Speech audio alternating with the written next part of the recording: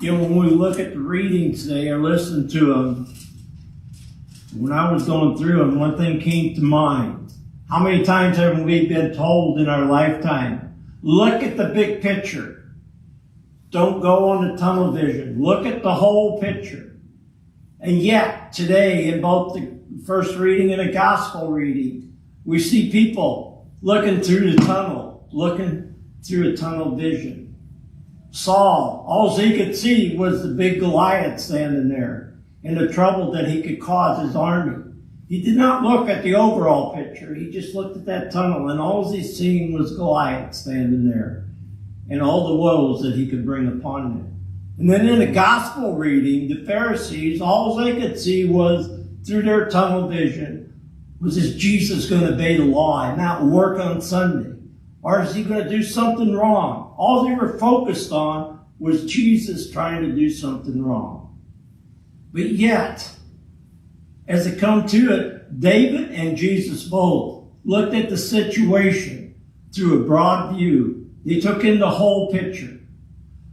David didn't see Goliath standing there and defeat at the hand. No. What he seen was somebody there that was just a little bit bigger than him, but with the help of God. And God had helped David through many tough times in his life. And David had a courageous faith in God. And he knew that with God's help, he could destroy Goliath. That was his big picture.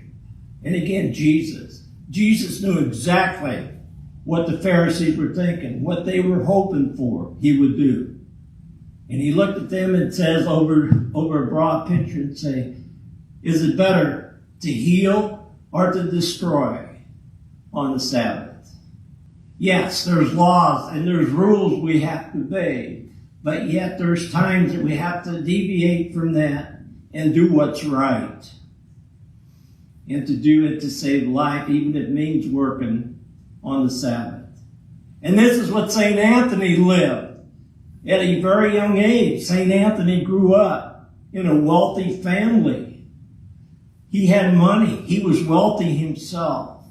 But yet at an early age, he read the Gospel of Mark, and there's this one verse that stuck out to him, and it said, go, sell what you have, and give to the poor.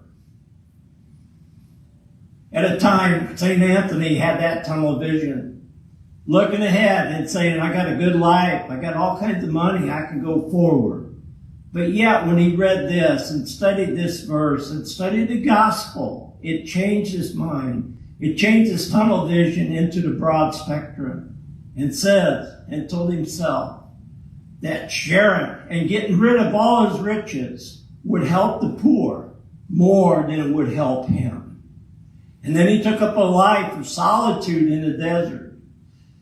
He was so worried about sin and he wanted to be so perfect that he separated himself from society as much as he could. But yet he still drew people because of his inner faith, his belief, and his knowledge of the gospel.